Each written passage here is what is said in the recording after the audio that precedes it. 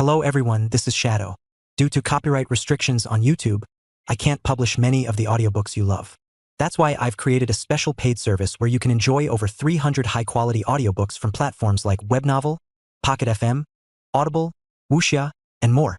Each novel comes as a one-time purchase, no subscriptions, no hidden fees. After payment, you'll receive full access via Telegram, along with all future updates for that novel. You'll find a wide selection of your favorite genres and titles, always in premium audio quality. Check the full list of available novels in the description. DM me now to get your favorite stories in audiobook form and start listening today.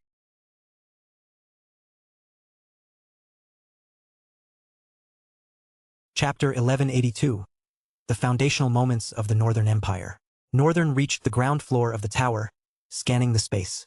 Pristine walls stretched before him, adorned with intricate engravings. No one lived in the tower. Having learned a hard lesson from Lothelloin, only those with business inside were allowed entry, and that business had to contribute to the livelihoods outside. For one, Northern had converted a storeroom into a depot, so all the resources the ruined city could muster were secured within its walls. Then he'd assembled a team to manage feeding the masses. Northern also wanted to release the other survivors from his soul, but he wasn't sure it was wise, which was why he was downstairs searching for Thalen. I'm sure I felt his presence somewhere just now. Northern examined his surroundings. He'd intentionally dampened his sensory and perceptive abilities so he could function like a human. The transition from one perception to nearly 100 at once was immensely jarring. Even without physical pain, adjusting proved difficult. So he toned down his perception, though Aoi kept some abilities subtly active. His omnithermic sense worked in the background, ready to spike the moment anyone within his vicinity even thought of violence, let alone dared to act on it. He walked toward a green-haired man speaking with a blonde-haired kid. Long, pointed ears flickered as Northern approached. The man turned, regarding him with regal green eyes. Northern, you're awake. Thalen's face lit up. Northern stared at him, expression dubious. His gaze persisted until confusion crept across the elf's features. Is all well, Headmaster Thalen? Yes. Oh, this. Thalen gestured to himself. This is what I really look like. I apologize for not showing you sooner. Northern raised a brow, keeping his reaction neutral. I see. That's all right, I guess. So, do you have a moment? Of course. Excuse me for a second. Thalen turned to the blonde-haired boy. Zeke. That should be enough to get you through it. Zeke gave a casual, playful salute and glanced at Northern as Thalen rejoined him. They walked together through the tower. Is there something you wish to discuss? I wanted to ask. Did your people survive? And were you able to find out more about those attackers? Thalen's smile carried gratitude. You're still worrying about us after everything you've done. Don't worry, Alistran handled most of it. He's still at Drywall. Actually, since Lady Annette and the others don't have much to do, they're planning to travel back to the Central Plains. Northern nodded. Right. Annette's here, I sensed her earlier. Makes sense, though. I need to head to the Central Plains myself. I've lost contact with 2 of my subordinates, and I have to find my parents. His gaze drifted around the tower. Thalen followed his line of sight, then stiffened as realization struck. This tower was actually an airship. Ah. You'll have to take the tower with you? Northern waved dismissively. Nah, not really. I have an easier solution. But there's something else. Do you think this place can accommodate 30,000 more people? Thalen stopped. His eyes widened slightly. 30,000? Northern sighed. Yes, survivors from Lithia. I carried them through the battle in my soul, and they nearly died without even realizing it. Good news is I brought them back. Now I need to release them before something else happens. With Cryos's destabilized echo in his soul, he couldn't risk keeping them any longer. Thalen fell silent, his gaze dropping. Several seconds passed before he lifted his head. Honestly, 30,000 would strain us. But it's not impossible. There are other ruins beyond the Scarred Lands, toward the southern edge of Stelia itself. Northern considered this. You mean Lothelloin and beyond? Isn't that quite far? The battlefield won't make for easy travel. Thalen nodded. True. But that's the best option we can offer them. Northern's brow furrowed as he mulled it over. Maybe I should just drop them in the Central Plains. Thalen's expression darkened. That's a bad idea, Northern. Northern blinked, caught off guard. Why? Thalen's expression remained neutral. We need people. The reason I was initially shocked is that 30,000 plus the 7,000 Luengard already gives us a solid starting population for a nation. If we want to become an empire, we have to start strong. Northern's brow furrowed. Nation? Empire? What? Wait a moment, Headmaster. What are you talking about? Surprise stretched across Thalen's features. Oh? You didn't know. Northern's gaze sharpened. No. What? Thalen let out an awkward chuckle. I'm not sure I'm supposed to be telling you then. A cold light flickered in Northern's eyes. Thalen's spine stiffened, and he swallowed hard. Lord Byron and the others have begun the process to create a foundation for the great Northern Empire. Northern's brows shot up. What? Great Northern Empire? Thalen chuckled softly. Lord Byron, Lady Annette, and the others have even gone to the Dark Hollows to clear the monsters and expand our civilization. We plan to lay full claim to the entirety of Stelia and make it an empire, one larger than even Ray. He stopped abruptly as Northern grimaced and pressed his index finger to his lips. Northern's eyes shifted to the corner. He could sense two individuals, one boy and one girl, both considerably strong, especially the boy. They'd been eavesdropping the entire time. Thalen didn't know this, and didn't understand why Northern had suddenly silenced him. Still, he dipped his head in a respectful bow, reading it as caution. I apologize, but frankly, you have no reason to be cautious. Northern's brow arched. Lord Byron alone could take on most nations by himself. I'd say the continent's strongest force is gathered here, and we haven't even become a proper nation yet. Northern sighed in disappointment and continued toward the tower's entrance. Really, Headmaster? Has Byron infected you with that kind of thinking too? Thalen fell into step beside him, his voice steady. I'm telling you because it's true. You know me. Northern sighed. You're right. I'm confident too. But caution doesn't hurt. Thalen's eyes narrowed as he nodded. Well, you're right about that. Northern finally stepped outside the tower, taking in the vast ocean and the bustling harbor. He stopped, staring straight ahead. Moreover, the Empire is definitely hiding something. Thalen studied him. Really? What makes you say that? Northern's gaze narrowed. I thought Ruffsburg was the first luminary in a while. Thalen's frown deepened. Yes, I heard he became a luminary, and you fought him, and lived. Northern shrugged, the memory of that terrifying battle flashing through his mind. Then he shook his head. That's not the point. His gaze sharpened. My sister, stepsister, is a luminary too. Thalen's eyes widened. What? Chapter 1183. The Supreme Glazing System. Thalen's mouth hung open. What? A luminary? But that makes no sense. If the first princess is a luminary, then what about the emperor? Northern shrugged. He could be a luminary too. Whatever the case, you have too little intel to be reckless around them. That's all I'm saying. I'm not questioning Byron's strength or anyone else's. But if this recent battle taught me anything, it's that I can never underestimate the value of knowing my enemy. He scoffed, flashing Thalen a smug look. Of course, power thrashes all that noise. I can afford to look down on anyone. I just took down an origin after all. Technically. But you? None of you are even close. I don't want anyone dying pointless deaths, so grip tight. What's ahead is overwhelming, and no one has any clue yet. Thalen watched him for a few seconds, face blank. Then he smiled. Northern's brow arched. What's wrong? Thalen shook his head. Nothing. It just felt odd. Northern's frown deepened. What did? Getting nagged by you. Northern's eyes widened. He stiffened. Oh, no, I didn't mean it like that. You're all strong enough to protect yourselves. I believe that. But at the end of the day, there's something you're all not seeing. Thalen burst out laughing. Northern's brows pinched together. He exhaled hard, straightened his face, and turned away from Headmaster Thalen. Yeah. You got me. Thalen tapped his shoulder gently. You looked like you'd fumbled a confession. Why were your cheeks so red? Northern clicked his tongue and stalked off. Behind him, Thalen's laughter rang out. No. I didn't mean it like that. You're all... What was that? Northern stopped, turned back. He counted on his fingers, then smiled softly. Headmaster, I hope you remember I'll be 17 in 29 days. Thalen's laughter died like a choked engine. That's right, he muttered. Heat crept up his neck. How could I forget? For a while now, talking and moving with Northern had felt like conversing with a peer. He'd actually forgotten Northern wasn't even legally an adult. And upon realizing that, he also realized the teenager who just nagged him was stronger than him. His lips twisted up in a forced, sheepish grin, a poor attempt to salvage his dignity. He looked at Northern and caught that smug smirk plastered across his face. Mission accomplished. Northern turned and walked away, leaving Thalen standing in the evening breeze. He's still 17. How in hell did he grow this much in one day of fighting an origin? Maybe I should try fighting one myself. A moment later, The battle's destruction flashed through Thalen's mind. Northern's body hurtling across kilometers from a single punch. He shook the delusion from his head immediately. I think I'll stick with destroyers and sages. Maybe some ascendants and behemoths down the line. Then he headed back inside. Northern walked toward the ocean's edge, each step sinking into white sand. He stopped where the waves rolled in to kiss the shore before retreating, deceptively gentle for something so destructive. Aoi, show me the Soul Forge. Soul Forge. Size. Tier 2, 50 square kilometers. Terrain. Tripartite domain, glacial north, volcanic south, crimson depths. Time flow. 1 second 15 seconds. Echoes. 2,930 stored. Map view is also available. Northern's gaze sharpened. Show me.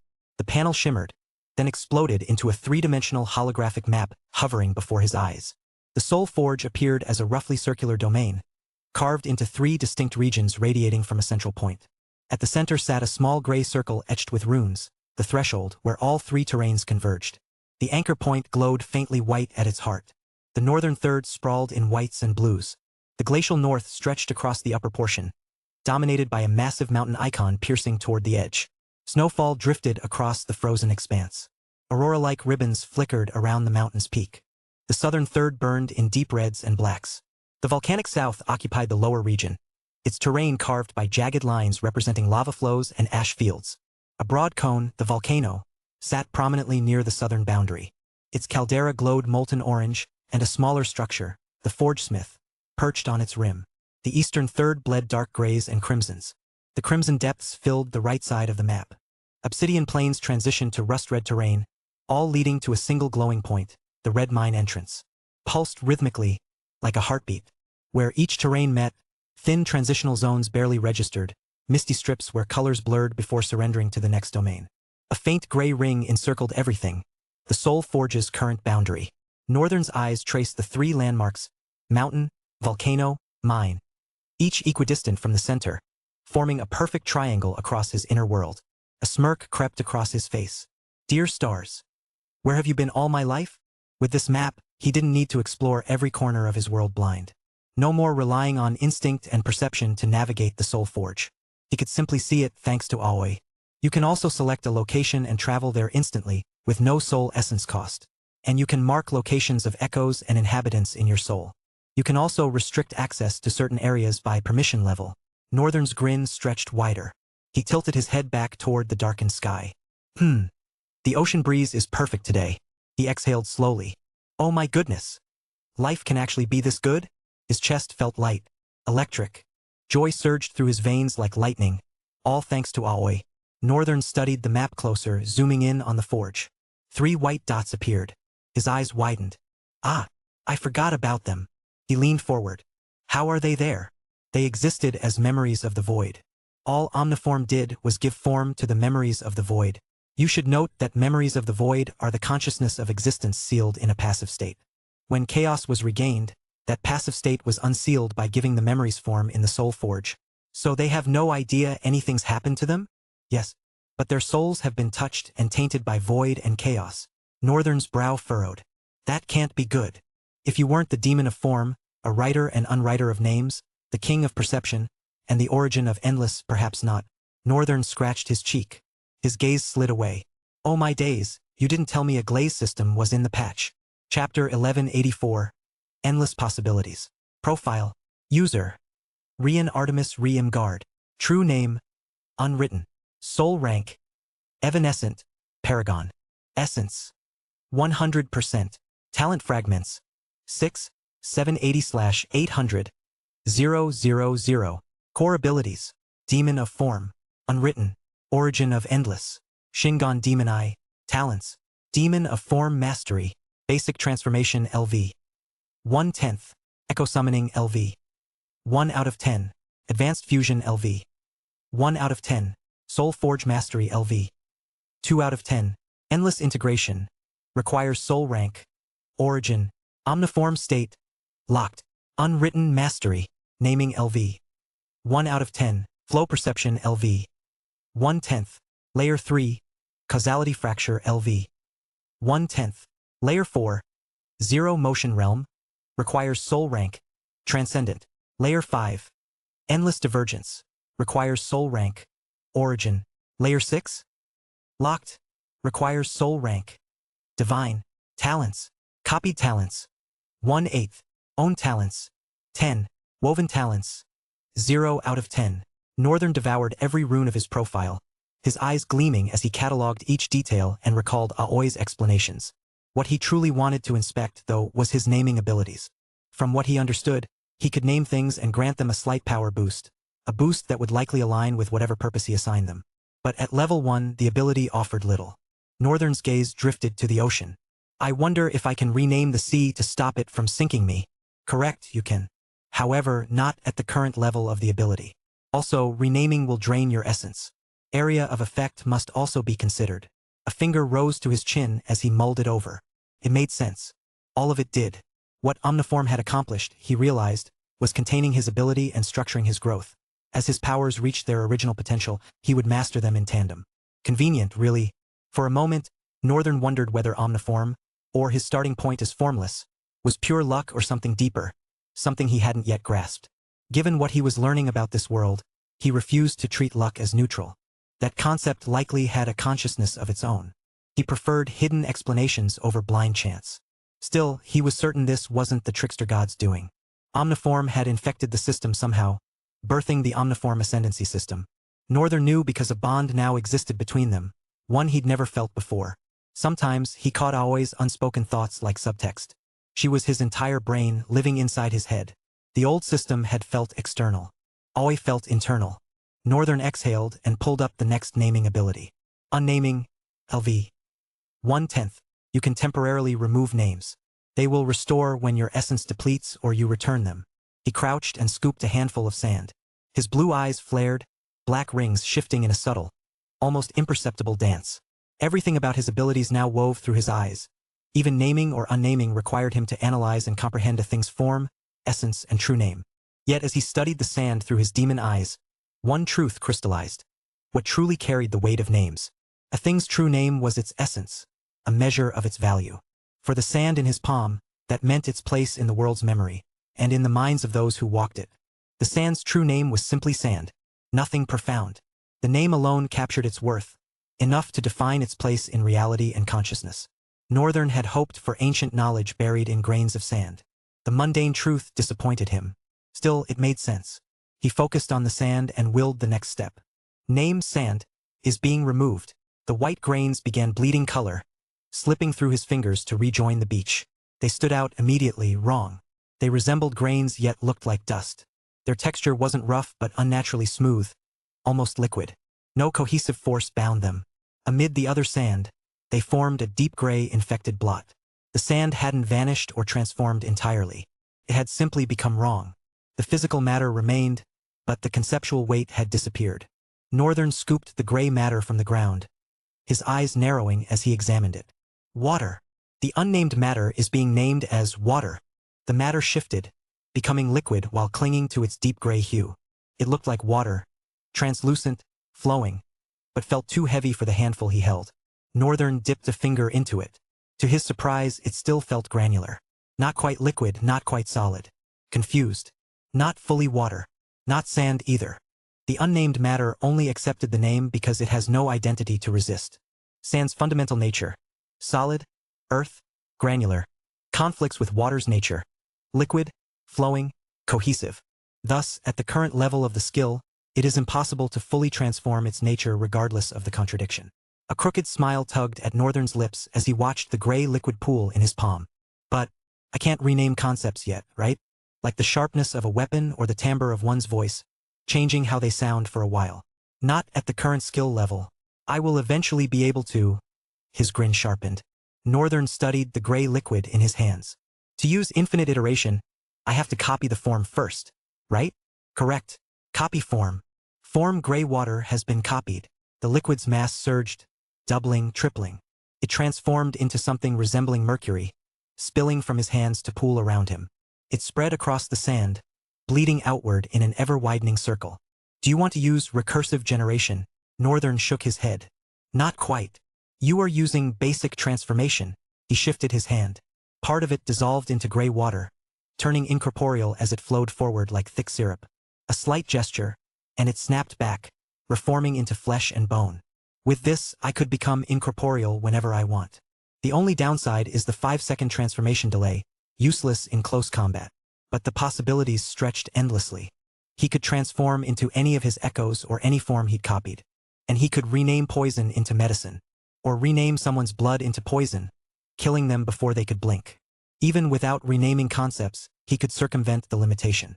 Rename a sword into a club and its essence would shift. The blade would believe itself a club and behave like a blunt weapon. The possibilities were truly endless. The only limit was his creativity. Chapter 1185, New Tower Models. What thrilled Northern most, the real reason he tested the ability with sand, was how devastatingly effective it would prove against minerals. Sure, it would be invaluable for alchemy. But Northern's passion burned elsewhere. Forgery fascinated him far more. This power could birth paradoxical weapons. A sword both rigid and flexible, yet sacrificing none of its edge. Impossible constructs made possible through precise naming. Then there were materials. If he studied monsters and replicated their forms, thanks to Demon's Eye's understanding, couldn't he rename ordinary stone to carry a monster's properties? Then forge weapons imbued with those very traits. Wouldn't that hack the entire system of item creation? Northern's eyes blazed. His grin stretched wider, uncontrollable. His heart hammered with the thrill of experimentation, of forging weapons that defied natural law. Damn. Never knew I had this much fire for forgery. Look at me. Giddy as a kid. He'd always admired the craft from a distance. Getting to this world, learning the art, of course he jumped at the chance. But now, with imagination as his only limit, calling it joy sold the feeling criminally short. He drew a deep breath, smoothed his expression, then recalled the gray water into Soul Forge before continuing his inspection. The final revelation about naming struck deepest. He could save copied names, store them without needing the forms themselves. His pulse quickened. Aoi? Can I give out the names? Not at current level. He tilted his head. At higher levels, if I copy a drifter's true name, can I bestow it on a non-drifter? Correct. Northern's lips curved upward. He pulled up his only saved name. Burning Storm. Wistfulness washed over him as he looked at the name and briefly remembered Rizel, and also thought about the other name. Unwriting Titan's reckoning to weaken his corrupted clone had been necessary, but it stung nonetheless. Aoi? Can I recover unwritten names? No. Unwritten names disintegrate into talent fragments. His brows shot up. Oh! Energy crept back into his voice. So that's where those sudden fragments came from. Killing monsters isn't the only path to talent fragments. I can obliterate names too. Correct. A brilliant smile spread across his face. Everything was clicking into place. The future gleamed with promise. Now! He turned toward the Tower of Trammel. Copy. Form. Tower of Trammel has been copied at low essence cost due to deep understanding. Variant 1. Abyssal Citadel has been created. Variant 2. Storm Bastion has been created. Northern examined both variants. Abyssal Citadel. A deep-sea subterranean specialist with 3 modes. Deep Tower. Extends downward with reinforced foundations, anchors into any terrain and creates underground floors. Submersible. Underwater vessel with pressure-resistant hull dives to ocean depths. Burrow Carrier. Underground drill fortress tunnels through earth and stone, moving through the ground. Other notable features. Enhanced structural integrity for extreme pressure. Sonar and seismic detection systems. Complete concealment underwater or underground. Darker, heavier aesthetic. Storm Bastion. An elemental weather warfare platform with 3 modes. Tempest Spire. Tower surrounded by perpetual storm lightning rod defenses. Hurricane Vessel. Warship that generates tidal waves and whirlpools. Thunderhead Dreadnought. Airship with weather manipulation creates storms as it moves. Other notable features. All modes control localized weather. Lightning-based defensive systems. Enhanced speed. Constantly wreathed in clouds and mist. Northern's hand flew to his mouth, hiding his grin. The variants read like poetry, and they'd continue evolving with time, growing even more formidable. He straightened his expression and gazed at the sea. Let's see.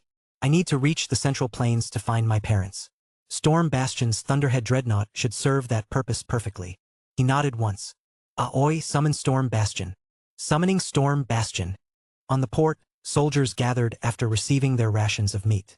Blissful thing. Still being able to eat after everything that happened. One soldier watched another smack sharp stones together over a pile of wood. The man beside him unstrapped his metal armor. His voice came heavy, weighted. Thanks to these people, peace endures. He glanced toward the cement tower. Something about it gives me hope. Like as long as it stands, no harm can touch us. The first soldier smiled and followed his gaze to the Tower of Trammel. You're right. That thing shielded us from the explosion. A literal beacon of hope. He lowered his voice. I heard the man who saved the entire continent from destruction lives there. Ah, finally. The soldier by the fire thrust his fist upward as flames caught after countless attempts. Look at this fool. So proud of lighting a flame. Little victories, Vans. Little victories. The soldier, brown hair ruffled, face heavily freckled, brown eyes bright, declared with radiant conviction. Who knows? From roasting meat today to setting the world ablaze tomorrow. The other two exchanged glances, then burst out laughing. Yeah, sure. Ahahaha. Dream on, boy. They laughed while the freckled soldier turned to roast dinner. But the flames began dancing a little too much. Wind swept through the harbor. What? No, not my fire. His scream was lost as the wind surged, snuffing the flames. The fire became the least of his concerns. Dark clouds materialized from nothing, swirling in circular patterns above the beach. The temperature plummeted. Thunder rumbled low and ominous across the sky. Then lightning cracked, brilliant, blinding, turning night to day for one breathless instant. And a towering obsidian structure materialized on the shore. The storm bastion manifested in its default Tempest Spire mode. A towering structure that seemed to tear through the veil of reality itself. Unlike the elegant, almost ethereal appearance of the Tower of Trammel, this fortress was a monument to raw elemental fury. The tower stretched 10 floors high, but it was the storm that truly defined it. Perpetual dark clouds coiled around the structure like serpents, crackling with veins of purple and white lightning. Rain didn't fall. It orbited the tower in sheets, creating a rotating curtain of water that obscured the stone beneath. The thunder was constant, a rhythmic pulse that felt like the heartbeat of the storm itself. The tower's architecture was aggressive. Sharp angles, reinforced buttresses, and spires that functioned as lightning rods. Each floor had narrow, slit-like windows that glowed with an eerie blue light from within. The entire structure seemed to hum with barely contained energy, and the ground around its base was scorched black from repeated lightning strikes. Northern stared up at it, his simple white shirt whipping against his body in the turbulent winds.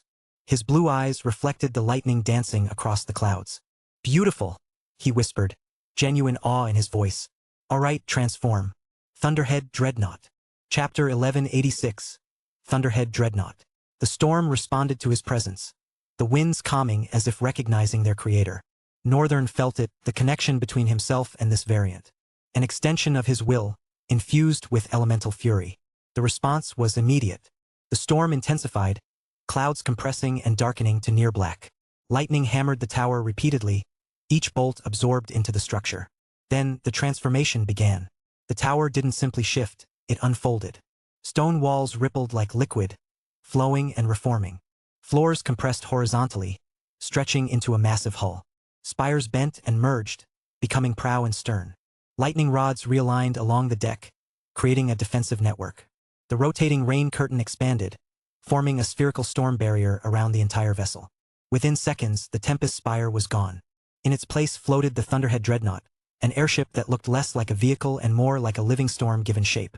The vessel was enormous, easily triple the size of any conventional airship Northern had seen. Its hull was dark obsidian-like material that devoured light, making it appear as a void within the storm. The deck was reinforced with metallic plating that crackled with residual electricity, and sail-like structures extended from the sides. But these weren't cloth. They were condensed storm clouds, rippling with internal lightning, somehow providing thrust and lift. The most striking feature was the perpetual weather system surrounding it. The ship existed within its own localized tempest. Clouds churned above and below, lightning arced between designated rods along the hull, and rain fell in controlled patterns that never touched the deck but created a defensive curtain around the vessel. The thunder was omnipresent, a deep bass rumble felt in your bones rather than just heard. At the prow, a figurehead of sorts, a massive lightning bolt frozen in stone, glowing with pulsing blue energy. At the stern, exhaust ports expelled not smoke but concentrated wind and mist, leaving a trail of storm clouds in the ship's wake. The deck was spacious, with multiple levels visible through reinforced glass domes. Northern could see the interior through these transparent sections. Navigation chambers, crew quarters, cargo holds, all protected by the storm outside yet untouched by it. As the transformation completed, a ramp of solidified cloud extended from the hull to the beach where Northern stood, stable despite its ethereal appearance. Northern walked forward slowly, his steps measured. He placed a hand on the cloud ramp and felt it hold his weight perfectly. Solid as stone but crackling with static energy. He stepped aboard. The moment his foot touched the deck, the storm sang. Thunder became rhythmic, almost melodic. Lightning danced in patterns rather than striking randomly. The rain curtain pulsed like a living thing. The ship was welcoming its master. Northern walked to the bow, his hands gripping the reinforced railing. The view was spectacular. The dark sea below, the star-filled sky above, and all of it framed by the swirling storm that moved with the ship. He could feel the speed potential thrumming through the vessel. The wind propulsion system, the weather manipulation that could clear paths or create obstacles, the lightning defenses that would obliterate anything foolish enough to attack. Northern's fingers drummed against the railing, his gaze fixed on the horizon. Aoi! His voice cut through the wind without effort. What's the maximum speed? Thunderhead Dreadnought can achieve speeds of 400 kilometers per hour in optimal conditions. Storm propulsion eliminates most air resistance. Weather manipulation can create favorable wind conditions regardless of natural weather patterns. A wolfish grin spread across Northern's face. And the defensive capabilities? Lightning grid defense. Automated counterstrikes against aerial threats. Storm curtain. Physical and magical projectiles are dispersed by wind and rain before reaching the hull. Thunder pulse. Sonic disruption field can disable pursuit or disorient attacking forces. Weather dominance. Local weather manipulation extends 2 kilometers in all directions. Can create fog, storms, or clear skies as needed. Perfect. Northern's eyes gleamed. He turned, looking back at the interior through the nearest glass dome. The captain's chamber lay at the heart of the ship, a circular room with windows offering a 360-degree view, navigation crystals embedded in the floor, and control mechanisms that responded to his will even from here. Northern raised his hand. The storm responded instantly. Clouds parted ahead of the ship, creating a clear corridor through the sky. The sails of condensed storm clouds billowed, and the Thunderhead Dreadnought began to rise, lifting smoothly from its position above the beach. Lightning crackled along the hull in rhythmic patterns, beautiful and deadly. Thunder rolled like drums of war. The rain curtain shimmered with reflected moonlight. Northern stood at the bow, his black coat billowing in the wind his own creation generated, his azure eyes fixed on the distant horizon. Let's go find my parents. The words were soft, but the Thunderhead Dreadnought surged forward as if in response, leaving a trail of storm clouds and echoing thunder in its wake, carrying its creator toward the central plains. Behind him, the beach fell silent once more, save for the scorch marks on the sand and the lingering scent of ozone. The only evidence that something extraordinary had just occurred. Evidence, and the witnesses who had watched a mighty airship of storm suddenly materialize and launch into the night sky. Princess Rahima and Lady Hinai had witnessed it all. Rahima had rushed outside, disturbed. This was the last night of the year. There shouldn't be any storm this intense. Instead, she'd emerged to see a more intimidating version of the tower transforming into an airship. Throughout the entire process, her mouth hung open. She couldn't process what she'd just witnessed. The airship had the military power to lay siege to any kingdom single-handedly. She'd been observing the tower they'd resided in, thinking it was already a formidable defensive keep. And all of it belonged to her brother. Her brother was literally a walking military power. A subtle frown creased her sharp, beautiful features. She turned to Thalen, who stood with his jaw slack, staring at the empty sky. Awe rippled through the gathered crowd, faces glowing with expressions that shifted from praise to fear to disbelief. And something stronger. Hope, perhaps? Where's he going anyway? Thalen's gaze dropped from the sky. He bowed, though his movements remained stiff, distracted. Most likely the Central Plains. I hadn't expected him to leave so suddenly. Princess Rahima Nora frowned, her eyes tracking the distant sky above the beach where storm clouds still churned, bearing the scar of the ship's passage. I don't understand this boy. First he ignored me, now he takes off on his own. Lady Hinai's fingers curled into a fist at her side. It must be because of his parents.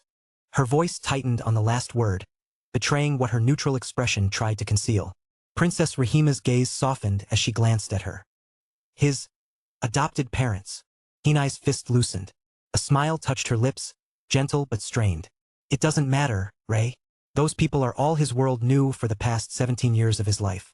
According to that Sword King, Art would do anything to protect the people he loves. The princess straightened, her eyes lingering on the horizon where the last traces of lightning still flickered. Oh well then, let's go after him. Makes things easier. She spun toward Lady Hinai. And you're coming with us, Auntie. Then to Thalen. You too. Chapter 1187. Getting a new driver. Thunderhead Dreadnought tore across the vast sea at breakneck speed. Faster even than the Tower of Trammel had managed on their journey to the Dark Continent. The tower had taken almost 12 hours. Northern made it to the white borders of the Central Plains in 5. Midnight still cloaked the land, but he spotted movement below. Forces from different nations, most likely the ones Annette and the rest had contacted. He sensed a paragon among them too. The air vessel's flight over the white borderlands was brief. All the people below could see was a massive drifting storm ripping across the sky at great distance. The paragon, a dark-skinned man with a scarf coiled around his hair and neck, suspected it was more, but before he could worry about whether it posed a threat, it was gone. Northern leaned against the reinforced railing, watching the storm surrounding the vessel as it hurtled forward at terrific speed. He shifted, diving deep into thought. Where would he find his parents? The Kageyama clan was the viable option, but Northern knew nothing of their territory. He didn't even know anything about them, all thanks to Shin. Well, I'm not alone, am I? He straightened. Aoi summoned those 3. Light shimmered on the deck instantly, tearing open a radiant blue rift. For a moment the rift persisted, then dimmed and vanished, leaving behind 3 grown mountain hermits who glanced around in confusion. The first one froze. His eyes widened. He crumbled to his knees, palms flat against the cold metallic floor, then pressed his cheek to it, weeping. Ah, cold wind, fresh breeze. It's freezing, but I love it. Better than that scorching hell. The second man stared around, disbelief etched across his features. We were really outside. The third, a more recent inhabitant, looked around as well. Black soot covered his face, grime caked his hands. All of them were filthy, really. The other 2 wore undergarments of their armor. He wore only a light fabric shirt tucked into lined trousers. Northern snapped his fingers twice. They turned to him. What are your names again? The man in the white shirt and lined trousers straightened, his voice sharp and strong. Aland. Northern nodded as the man's face restructured in his mind. Yeah, the unfortunate guy who heralded us to the Dark Continent. He was here? What was he doing here? He shrugged it off the next second. The man must have angered him at some point. Whatever the case, it was all in the past. The Dark Continent issue, he was far over it. He turned to the other 2. The one in the middle bowed, words tumbling out in a half-stammer. KN Knight Escadar, your H Highness. The next one had already stood. He bowed his head immediately. I'm Knight Chrysler. Both of us were subordinates of Knight Linus. Northern nodded, barely able to retrace his memories. They were foggy, and he wasn't too proud of that. He'd always thought he had a great memory. Maybe living a year of pure pain took its toll on my brain after all. He exhaled, then looked at them. Sharp radiant light filled his eyes and a harmless smile played on his lips. So, you've been locked up in the Limitless. Soul Forge for a while now, working on the Forge Smith, I presume? They all nodded. Knight Chrysler added. Mostly we just gathered resources. I'd say the Forge is building itself. Northern's brows furrowed. He touched the bottom of his lip, gaze drifting as he dove deep into thought. He raised his head. I see. We'll talk about that later. For now, which one of you knows where the Kageyama clan is? He glanced at all 3 of them. First at Knight Chrysler, who quickly shook his head. Not at all, sir. I was born and bred in Lewingard. His eyes drifted to Knight Escadar. Same here, sir. Aland exhaled softly as Northern's gaze fell on him. I might know a little, sir. My father used to be a miner who traveled through the mountains with one of the renowned mining companies. He once spoke of a mountain close to the region of death. Northern's head tilted slightly. The region of death? Yes, sir. Alan's voice remained calm. The place is called the region of death because it has a canyon structure like waves, designed to sink anyone into its terrain and lose them in its depths of darkness. It's said that the clan of death resides beyond this canyon, but anything that dares to cross it is usually struck down. My father himself witnessed his entire company crew almost get vanquished after a small mistake, crossing the border. Northern fell silent, his gaze distant. Do you know where this canyon is? Theoretically, yes. The region of death is situated to the northeast, toward the Empire. When we get to Fugal, instead of going straight west toward Drywall, then consequently the Variolania and Miss Sea where the Academy Island sits, we take an eastern route, drifting off to the northeast. Northern stared at him, blinking. Alan's cheeks colored, a shy laugh escaping him. I'm sorry. I've always had a thing with maps, always wanted to be a cartographer, but it's not going to help me take care of my family. And I have a low talent class. Northern's eyes glowed softly. He activated Shingon, analyzing Aland in an instant. Drifter profile. Name, Aland Park. True name, Pathfinder. Soul rank, Vagrant Master. Soul saturation, mid. Talent. Pathkeeper's Mark. Talent class. D. Talent abilities. Trace line, waypoint anchor, memory of paths. Oh! Aland glanced up. Northern had reacted strangely, and now stared at him as though peering straight into his soul. A smile curved Northern's lips. Would you like to be a cartographer, then? Earn good money? Better yet, you can take control of this airship as its manager. Alan's eyes widened. What? Northern counted on his fingers. Let's see. I can manage to pay you 50 orens for now. Maybe later your pay can increase. Alan's mouth fell open, disbelief washing over his features. Northern turned toward the bow. For now, I need you to drive me to this region of death. If you accept the job, I can teach you how to pilot an airship. He glanced back, warmth in his expression. Chapter 1188. The New Tower Master.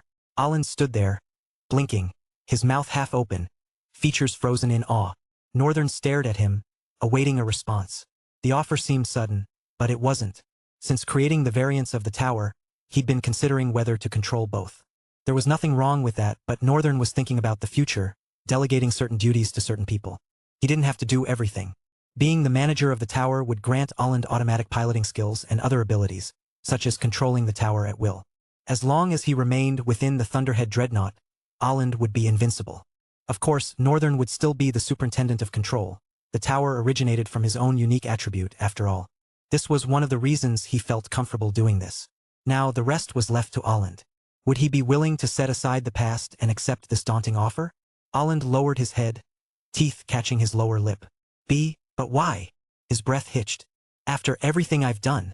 Northern raised his brows. Everything you've done? Oh, that. After giving Ruffsberg a few punches and making him run with his tail between his legs, I think I'm better. We should put that behind us and work for a better future now. Shouldn't we? A gentleman's smile curved his lips. I'm not one to give speeches. All I'm saying is I want you to work for me, and I can guarantee you'll grow. You'll become powerful, useful, able to take care of your family and live your life as a cartographer. Don't you want the chance to live out your dream? Alan swallowed, staring at Northern with sudden light radiating from his dull eyes. Something in his features creased, as if unable to believe this, unable to accept that this man would be this generous, this forgiving. At last he exhaled, shakily, and bowed. It would be a great honor to work for you, my lord. Thank you so much. Whoa, let's ease up on the title, okay? Alan's gaze snapped up to Northern's nervous face, intensity burning in his eyes.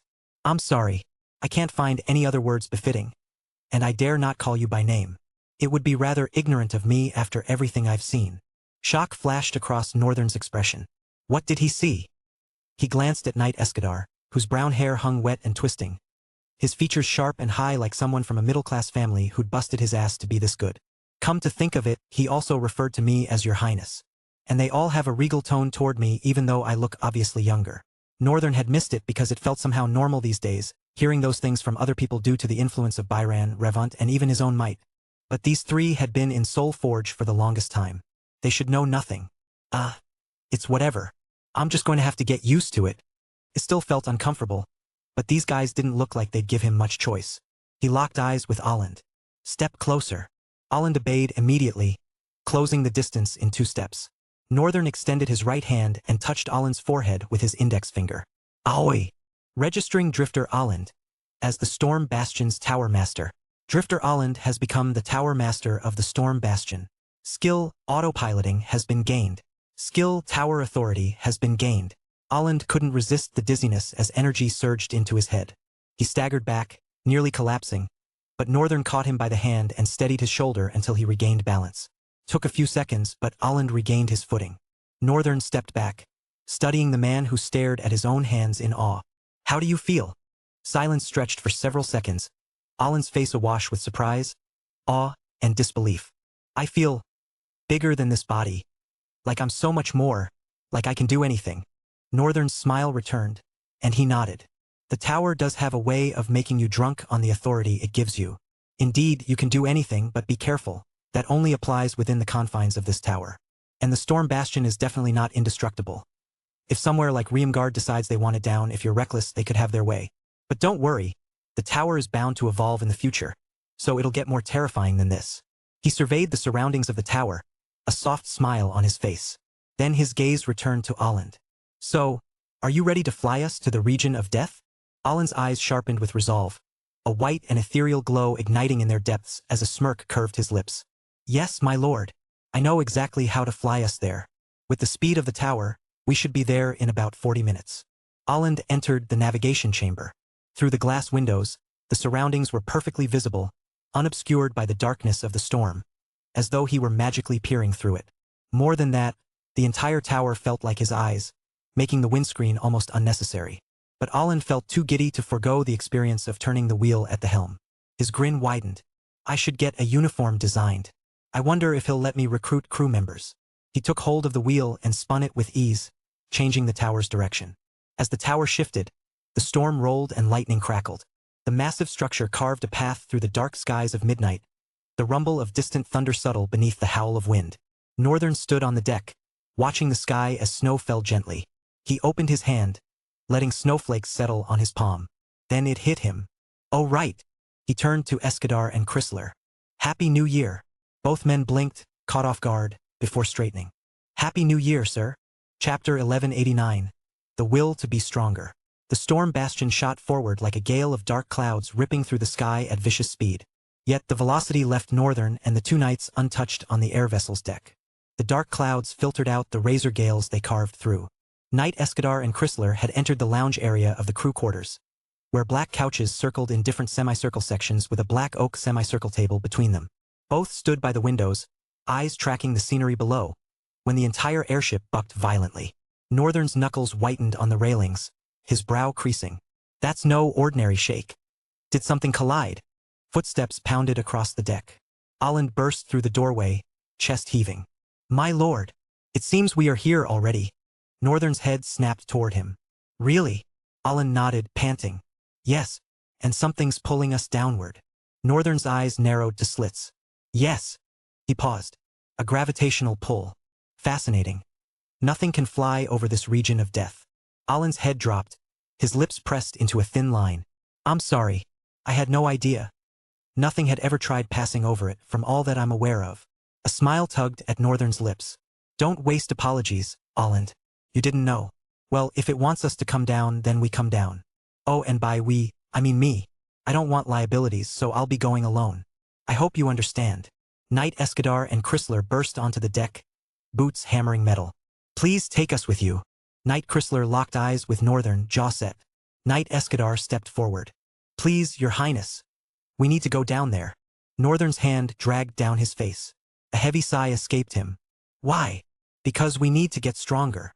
Knight Chrysler's voice cut sharp. Northern studied them both. Neither flinched. Knight Chrysler's black hair lay groomed and princely, strands falling over his forehead. His sharp jawline emphasized the steel in his eyes. Northern's expression hardened to match theirs. There are hordes of monsters down there. Getting stronger might become surviving. He jabbed a finger toward them. For you guys, that is. Knight Chrysler's eyes lit up. We'll try not to drag you down. Northern shook his head and strode to the edge of the railing. When he pivoted back, a wicked grin split his face. You want to follow me? Then dare to find your way down yourselves. He leaped across the railing, vanishing into the dark storms. They stood there, blinking. Escadar's head swiveled toward Aland. The pilot's frown deepened. You're not going with us? You don't want to get stronger. Aland shot him a look, thumb jerking toward the navigation chamber of the airship. Excuse me? Escadar shook his head at Aland. Then he and Knight Chrysler reached the railings. They peered into the abyss of dark storms, faces grave. Their eyes hardened. The next moment, they vaulted over the railings in a single leap. Alan sighed as they left. The request wasn't strange. More often than not, the sheer environment of the limitless void had tried to kill them. For these knights who prided themselves as the second and third strongest in the Lewingard Empire, they lived in perpetual embarrassment. They couldn't even properly mine red crystals because the bloodlust cut too sharp and brutal. Over time, their hunger for strength had crystallized. Every opportunity became a lifeline. Seeing this one, they seized it. Aland wouldn't deny they were strong. Of course not. But diving headlong into the region of death? He didn't know if that was wise. He'd heard horrifying tales about that place since childhood. He exhaled. Anyways, let me make myself coffee. Northern landed on the blackened rock at the canyon's edge with the grace of a drifting leaf. He glanced up. The two were plummeting straight through the sky, expressions rigid and determined. The first person diving down was Escadar. his curly brown hair whipping in the wind as he plummeted through the air. Northern folded his arms and watched from where he stood, refusing to intervene. As the knight suddenly reached the lower level, closing in on the ground, brown essence began hemorrhaging from him, spreading like thickened smoke. It rippled over him, staining the air, then the aura coalesced, shaping into what looked like a massive tower. Before Knight Escadar slammed into the ground, the tower's base struck the canyon surface. The place trembled. The landing of the tower killed his falling speed, dropping him to his knees like he'd just leaped down from a long staircase. In the same breath as Knight Chrysler reached ground, 2 long swords gleamed in his hands. He spiraled through the air with both blades, becoming a whirling storm of white steel that carved through wind resistance. Northern's lips parted. He used his movements to kill momentum. Do you want to copy talent? Tempest's Cadence? B-class for 5,000 talent fragments. Yes. Wait, what? Northern's gaze dropped to the panel before his eyes. 5,000? Why? B-class talents used to be just 500. Due to difference in soul essence potency, soul rank, nature of being, it now costs more to weave talents into your soul. Northern's jaw tightened. That doesn't sound good. Is it too much of a cost for all the great boons you've received? Silence stretched between them. Then he exhaled. I guess not. His eyes became slits. Did you just speak disrespectfully to me? Your tone carried an undercurrent of disrespect. Incorrect. Copying talent, Tempest's Cadence, B-class for 5,000 talent fragments. Since the talent user is only a savant, only 4 talent abilities will be gained. Drifter ability, First Blood Rhythm, has been gained. Nomad ability, Whirlwind, has been gained. Vagrant ability, Hurricane's Grace, has been gained. Maverick ability, Eternal Tempest, has been gained. Talent, Tempest's Cadence, B-class has been successfully copied.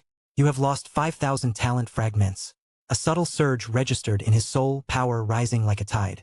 The 2 knights approached. Northern's eyes lingered on Escadar. His talents also seem useful, but let's study them a while before deciding. With all the future talents I might see, I can't afford to be rash. Both war chests puffed out as they reached Northern. Your Highness, we made it. Northern's lips twitched, suppressing a laugh. They were Luingard's best. How did I forget that? He turned toward the canyon's depths, shaking his head. You might have successfully landed, but thanks to that, you both just alerted every creature beneath us. TSK, no sense of discretion or environmental awareness. Didn't Luingard teach you? You can't just broadcast your arrival to your enemies. From the dark hollows of the canyon, multiple red eyes began to ignite. Chapter 1190. Corrupted Domain. Northern stared into the depths of the canyon, his gaze blank yet tinged with amusement as he observed the hostile eyes below. A passive effect of willingness has been identified. The willingness is suppressing caution and fear. Effect has been cancelled using Nullify. Northern's smile widened. He continued staring down at the seemingly endless chasm coated in viscous darkness. There's something unnatural about this place. The entire canyon itself is rubbing me the wrong way. Would you like to run an analysis using your eyes? Northern scoffed. I don't need to do that to realize this is a soul world. But there's something off about it. Perhaps because it's marinated enough to count as real terrain, it feels like a world of corrupted essence, yet at the same time feels normal. Would you like to run an analysis using your eyes? Suit yourself, Aoi. Knight Chrysler held both swords low, legs bent, coiled to lunge. Knight Escadar stood with a rectangular shield in one hand and a simple, double-edged longsword in the other. Sparks crackled over his head, his face hidden behind a helmet with a sharp V-shaped visor. Your Highness. His voice cut through the tension. We are ready. On your order. Northern pulled his gaze from the 2 knights and refocused on the depths. The monsters gazing up from below weren't particularly dangerous. Judging by the weight of their presence and his experience, he concluded they were savage ranks at most. He examined them using Shingon. His eyes blazed for a few moments as he selectively analyzed the ones with the most pronounced presence. He raised his head to the knights, gesturing sharply. They're called Hollow Scrubs, savage ranks at best. Highest danger level is catastrophic, the Queen Hollow. She's hidden somewhere among them. They're hive monsters, so expect coordinated attacks. They also have Worker Grubs, Calamity level. Scout Grubs, Disaster level. Soldier Grubs, also Calamity. Watch out for the soldiers and cover each other's backs. Head for the Queen first. Kill their voice of cooperation and you'll scatter them. Makes them easier to deal with. Knight Chrysler straightened, confusion flickering across his face. And you, sir? Northern's smile sharpened. Me? I'm going deeper. Much deeper. See if I can end this quickly and harvest the rest of this place for talent fragments. Until then, try to stay alive. He turned to leave, then paused. Oh right. I need as many as I can gather, so I'm leaving you 2 lesser echoes. Should hold their own well enough. I could have dropped the stronger ones, but you want to grow stronger, can't interrupt that. Northern snapped his fingers. From his shadow, blue light surged, coalescing into 2 figures. Both were quadrupedal creatures. One was named Crystalline Blight, the other Ember Carrion, both variants of Rabid Rots. Northern hadn't fully confirmed it yet, but he suspected that once souls were echinized, endless attributes applied to them as well, triggering endless evolution. First, dividing the base form into 2 variants. The Rabid Rot had ceased to exist and multiplied instead. At higher levels, even the Ember Carrion would multiply, evolving into 2 different pathways. The same would happen to Crystalline Blight, which was where recursive generation came in, he suspected. All these abilities worked in perfect tandem, breaking his origination of endlessness into a slow-paced process to avoid overwhelming him. The Crystalline Blight had a body that appeared frozen mid-decay, with translucent crystalline growths in sickly pale and blue. Frost perpetually emanated from its form, its breath creating clouds of freezing vapor. The Ember Carrion was the Blight's opposite, smoldering crimson tissue that constantly burned with low, hungry flames. Its eyeless head exhaled smoke and sparks, its maw burning with inner fire. Each was a beast-rank echo monster that had evolved from disaster level to calamity level. Northern glanced at Knights Escadar and Chrysler. Doubt clouded their eyes. Don't worry, they'll be useful allies. He leaped down, vanishing into the darkness. The 2 knights stared at each other, then at the echo monsters standing beside them. Escadar, do you happen to know what a talent fragment is? Knight Escadar shook his head. Please, let's focus on making it out alive. A smirk tugged at Knight Chrysler's lips. Remember, growth, not survival. His blue eyes blazed with intensity. He brandished his swords and, with a yell, leaped downward. Escadar shook his head. Oh Chris, so reckless. He followed. The 2 echo monsters glanced at each other, then plunged after them. Northern summoned Supreme Shadow from eclipsing dread, wrapping himself in a cocoon of darkness. Spikes burst from the cocoon in all directions, tearing through the chitinous skin of hollow grubs as they swarmed and hammered against the barrier. The spikes impaled their bodies effortlessly while death notifications flooded Northern's vision. You have slain a disastrous savage, worker grub. You have gained 2 talent fragments. You have slain a disastrous savage, worker grub. You have gained 2 talent fragments. You have slain a hazardous savage, worker grub. You have gained 2 talent fragments. Northern plummeted through the first ring of the canyon, dropping into the second. The twisting black cliffs became more pronounced, less obscured by the pervading darkness. The cocoon's descent suddenly accelerated, as if a massive gale from below, equal in power to gravity itself, was dragging him in. Like a whale opening its maw underwater, drawing in hundreds of fish with the sheer force of suction. Except in this case, the entire canyon was the whale. Shingon Demon Eyes have successfully completed analysis. The moment Aoi spoke, information flooded Northern's mind in a torrent. You were correct. However, this is not just a soul world. The soul world has evolved into a corrupted domain, belonging to an apex Belial. Northern's thoughts stilled. Soul worlds can evolve? As you said, it has matured enough to become reality for more than just its creator, as well as many other creatures. This corrupted domain is, in simpler terms, a dungeon. Except this dungeon is alive and has a mind of its own. Northern nodded slightly, still plummeting. A map of all 6 rings of the canyon has been created during analysis. You can copy the canyon. Since a map exists and the place is covered in shadows, would you like to teleport to a specific location? Perhaps the heart of the canyon where the apex Belial resides. Chapter 1191. The Winter Soldier. The canyon's perfect. We'll use it to forge a garrison for the echoes. Domain. Region of Death has been copied. Let's save the apex Belial for the main course. You're using wind manipulation. A cold smile crept across Northern's face. The surrounding wind surged. The cocoon of darkness opened like a blooming flower, revealing his fluttering white hair and cold blue eyes. His clothes, a simple black shirt, black coat, and trousers, whipped violently as the wind intensified, countering the pulling force. You're using wind embrace. Northern hung suspended in the middle, and for a moment the space resembled an inverted vortex, the wind warring against itself. Eclipse step has been used. He materialized soundlessly on the nearest cliff edge while the inverted vortex spiraled into a hurricane that tore through the canyon.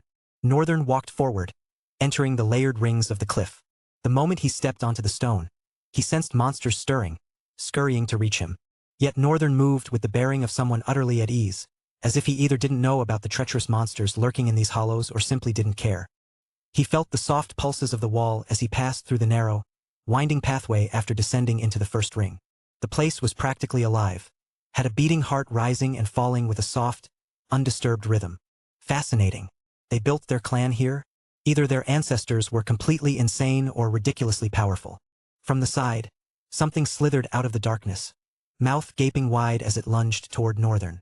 Without a glance, Northern leaned back, letting the massive serpentine body glide past and slam its maw into the wall.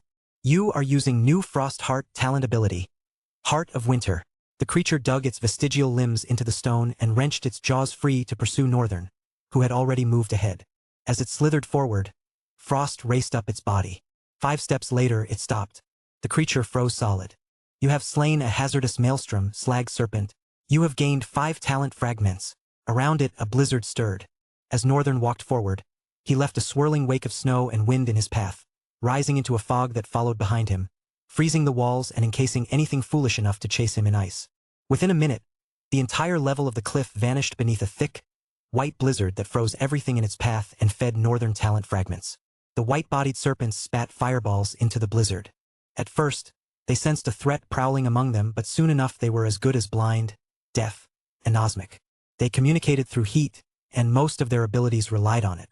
By absorbing heat from the ground, for example, they could heal themselves and convert that absorbed heat into the flame projectiles they launched from their mouths, which was why Northern had chosen to exploit their weakness.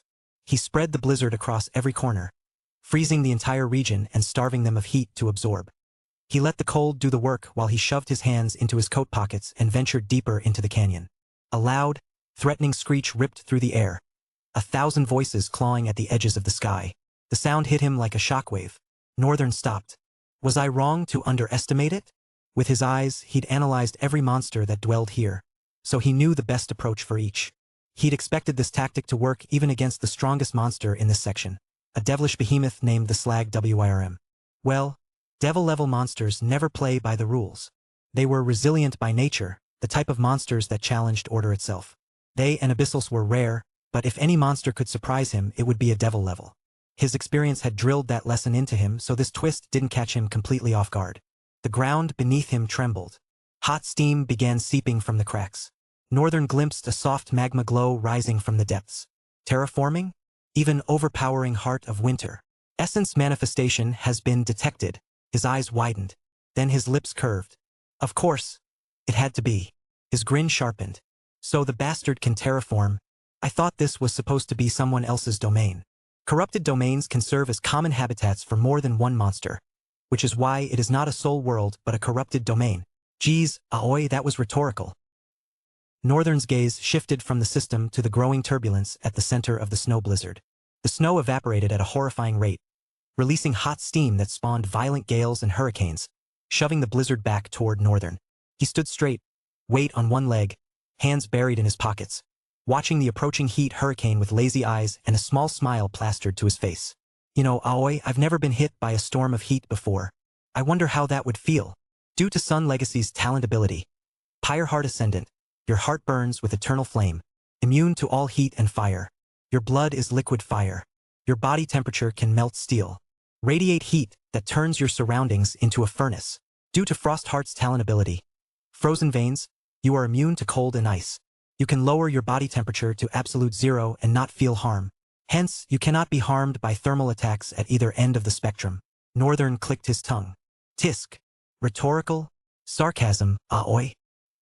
The raging storm of heat slammed into him at last. Through the hurricane of vapor, Northern locked eyes with the Slag Wyrm. The creature resembled the others he'd seen, just 10 times larger. A massive serpentine body coiled forward, vestigial limbs tipped with crude, brutal claws. Thick, armored hide layered in overlapping scale plates. Pink-red along its dorsal ridge, gray-black across its belly. Its eyes were molten pools, no pupils, just liquid fire. The head bore a distinctive cobra-like hood lined with jagged rock formations. The Slag Wyrm's body stretched over 100 meters long with a diameter of 10 meters.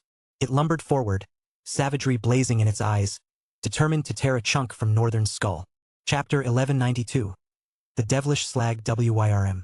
Northern's smile didn't waver as the Slag Wyrm bore down on him, jaws unhinging to reveal rows of molten teeth and a furnace-bright throat. You're using Eclipse Step. He vanished. The slag WYRM's jaws snapped shut into the ground, its momentum and force causing the heated ground to explode with flames and massive projectiles of stone. Northern materialized on the creature's back, hands still in his pockets, standing casually on the undulating scales as the monster writhed beneath him. Comfortable up here. Nice view too. The slag WYRM screeched, thrashing violently. His body coiled and twisted, trying to throw him off. Northern moved with the monster's movements like he was on a leisurely stroll, his balance perfect despite the chaotic motion. You're using thread flow. Alistran's ability used to be weaker than this. Northern remembered being able to sense the threads connecting actions, souls, and relationships after certain requirements were met, but after becoming the demon of form, the ability from Soul Thread had grown exponentially stronger. Now, he simply could see them through Shingon. He could see the invisible threads of causality connecting the creature's movements, the flow of heat through its body, the rhythm of its essence circulation. Found your heart. The slag WRM's body suddenly erupted with spikes of superheated stone, each one aimed to impale Northern from below. You're using Eclipse Step. He shadow-stepped to the creature's head, materializing directly between its eyes. The slag WRM's pupils, now visible as dark cores within the molten glow, contracted in shock. Hello. You're using One Strike. Northern's right hand emerged from his pocket. Lightning condensed around his fist. He infused 3% of his soul essence into generating the lightning, causing the ability to blaze with ferocious intensity, sparking and flying into the distance, tearing into the dark rocks. The slag WYRM sensed death. It tried to pull back, tried to terraform the stone beneath them into a shield, tried to summon more heat. Too late. Northern's fist connected with the space between its eyes. Crack. The sound wasn't just physical impact, it was the sound of something fundamental breaking. A spiderweb of cracks spread across the slag WRM's skull, glowing with residual lightning. The creature's massive body went rigid. Then Northern was falling. You're using Wind Embrace. The wind caught him gently, lowering him to the ground as the slag WRM's body crashed behind him with earth-shaking force. Its head slammed into the stone, sending tremors through the entire canyon level. But it wasn't dead.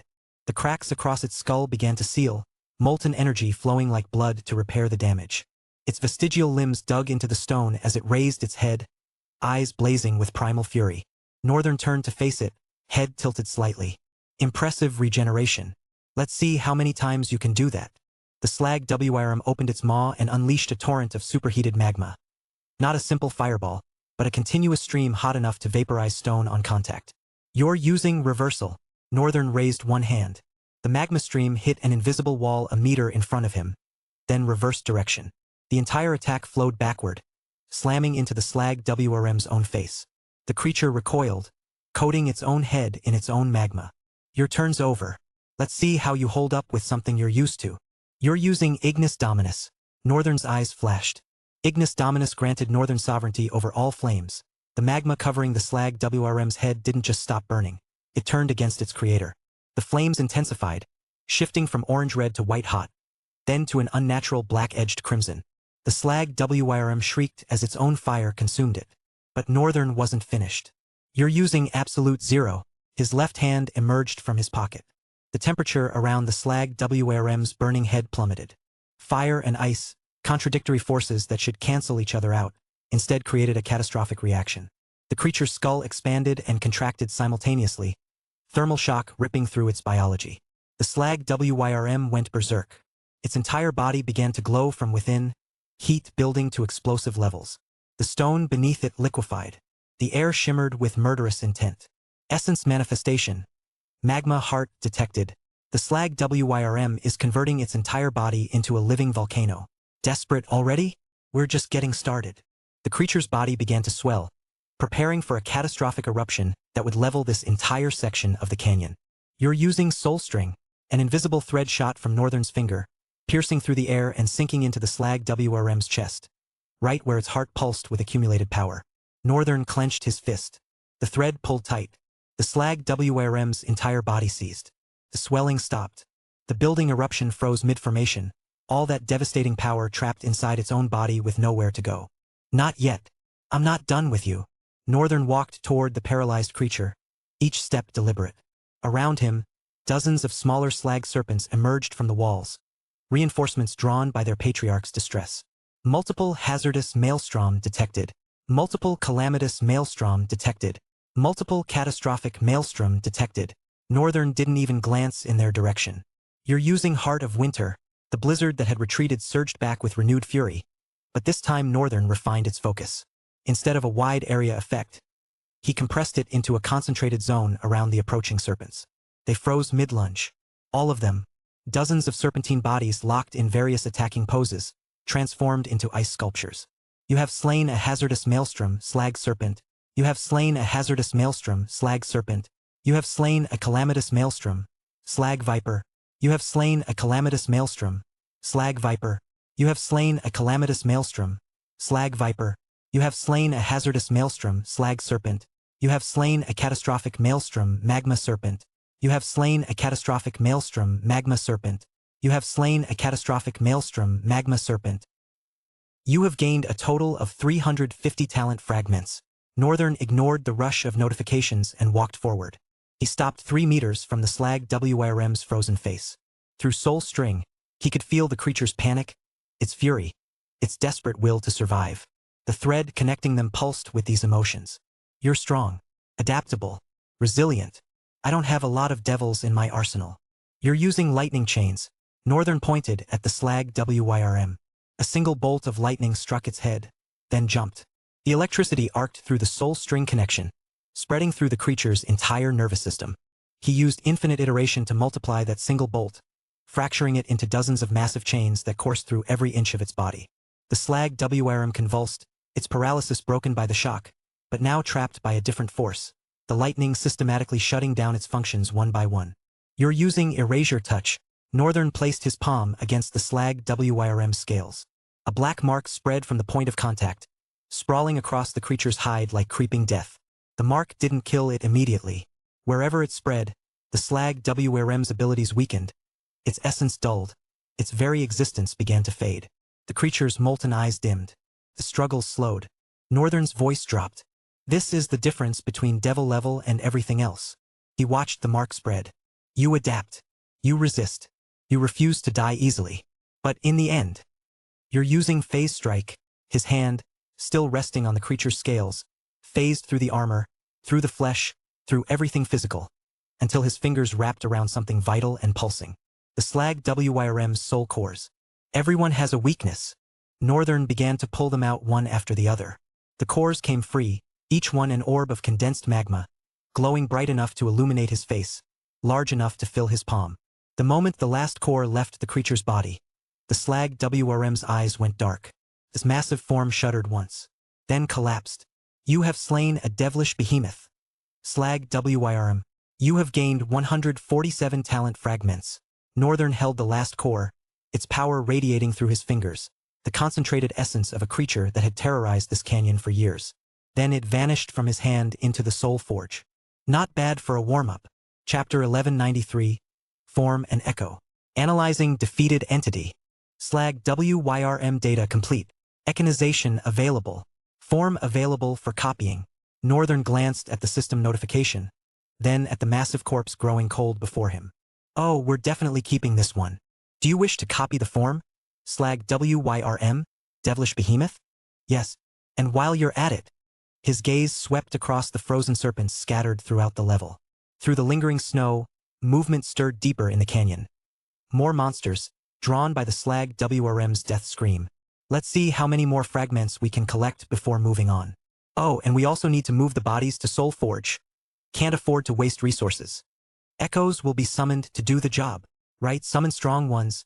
I don't want them dying mid-operation. Oh, that's right, can echoes die? Only when you do. His head tilted. Why does your voice sound so exasperated all of a sudden? Northern shook his head and closed his eyes.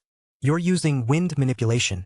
Wind whipped around him, spiraling through the canyon passages. He extended his senses through the currents, mapping every hollow, every tunnel, every cave in the third layer where the remaining slag serpents nested. His eyes snapped open. Cold blue light blazed. Found you. Eclipse step has been activated. Northern vanished into the shadows. His methodical hunt through the canyon's depths begun. Behind him, the blizzard followed like a loyal hound, freezing everything in its wake. The real farming began. 15 minutes later, Northern emerged from the deepest level of the canyon, his clothes pristine despite the carnage he'd left behind. The entire section had been transformed. What was once a network of warm, habitable tunnels now resembled the inside of a glacier. Ice coated every surface. Frozen serpent corpses lined the walls like grotesque decorations. Final tally: slag serpents hunt. Hazardous maelstrom defeated. 121. Calamitous maelstrom defeated. 20. Catastrophic maelstrom defeated. 5. Total talent fragments gained. 855. He rolled his shoulders, working out the tension. Not a bad haul, though I was hoping for at least 1,000. Additional monsters detected in adjacent canyon sections. Later. First, let's see what our new toy can do. He approached the slag WRM's corpse and placed his hand on its chilled scales. Initiating form copy. Analyzing physical structure. Analyzing ability framework. Analyzing essence signature. Analyzing soul pattern. Copy complete. Form acquired. Slag WYRM. Devilish behemoth. Essence manifestation. Terraforming stored. Magma heart stored. Heat manipulation stored. Regeneration factor stored. Infinite iteration activated. Creating variants. Variant 1. Frost WYRM. Cold-based mutation. Variant 2. Storm WYRM. Lightning-based mutation. Would you like to create an echo of slag WYRM? Go ahead. It doesn't inhibit my copied form, does it? Aoi, what really is the difference between copying form and my echoes? Psi. Form. Transformation. You become the thing, complete shapeshifting. You use your own mind and will while in that form. You gain their physical body, abilities, instincts, and combat knowledge. Only one form active at a time, unless using advanced fusion. Direct control, it's still you, just in a different body. Echo. Summoning. Creates a separate entity, a loyal copy of the defeated enemy. The echo is autonomous and fights alongside you. It's a distinct being with its own presence on the battlefield. You can have multiple echoes active, up to 1,000 at level 1. Indirect control, their allies, not you. Perhaps I should explain a practical example. You copy the slag WYRM form. You can transform into the slag WYRM and use its abilities only in the state of transformation. You can also use your core abilities in the state of transformation. You think and fight with the slag WYRM's instincts, but your consciousness is maintained. As an echo, however, you can summon the slag WYRM to fight for you while in human form or any other form. You can be a frost WYRM and summon a frost WYRM and a storm WYRM to fight alongside you. The real boon is that you can do both simultaneously. Understanding clicked. Northern walked to an open area of the canyon, nodding. And the same variants are created for both echinization and form copying. Yes. For echinization, the base form is dismissed, and only variants are maintained. However, when you copy form, the base form and the variants are maintained. I see. I understand better now. He stopped and drew a breath. All right then. Let's see what it's like to be a 100-meter serpent. Activating form. Slag WYRM. His body changed. It wasn't painful. More like his entire existence was being rewritten. Bones lengthened, multiplied, restructured. Muscle mass exploded outward. His skin hardened into overlapping scales. His perspective shifted as he grew and grew and grew. Within seconds, Northern had become the monster he'd just slain. A massive serpentine body coiled through the canyon, vestigial limbs scraping against ice-covered stone. The cobra-like hood expanded. Molten eyes gazed down at the frozen wasteland he'd created. And then he felt it, the raw power thrumming through this form. The heat generation, the thermal sense, the instinctive knowledge of how to move this massive body, how to terraform stone into lava, how to concentrate essence into explosive attacks. Northern's, no, the slag WRM's, mouth opened. A sound emerged that was part roar, part screech, part volcanic eruption. The canyon shook. Now this, Northern's voice rumbled from the monster's throat, deeper and more resonant, is interesting. He coiled his new body, testing its weight, its power, its capabilities. With a thought, he heated the stone beneath him until it liquefied. Another thought and he absorbed that heat, feeling it fuel his essence. Aoi, note this form for garrison deployment. A few dozen of these in the Soul Forge would make excellent defenders. Noted. Northern, still in slag WRM form, turned his massive head toward the lower levels of the canyon. Through the ice and stone he sensed more monsters. An abysmal destroyer waiting in the next layer, the fourth, and an abysmal behemoth in the fifth. His massive form coiled, gathering power. Then he launched himself downward, deeper into the canyon.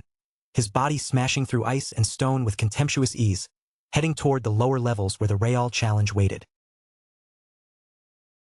Hello everyone, this is Shadow. Due to copyright restrictions on YouTube, I can't publish many of the audiobooks you love. That's why I've created a special paid service where you can enjoy over 300 high-quality audiobooks from platforms like Webnovel, Pocket FM, Audible, Wuxia, and more. Each novel comes as a one-time purchase, no subscriptions, no hidden fees. After payment, you'll receive full access via Telegram, along with all future updates for that novel. You'll find a wide selection of your favorite genres and titles, always in premium audio quality. Check the full list of available novels in the description. DM me now to get your favorite stories in audiobook form and start listening today.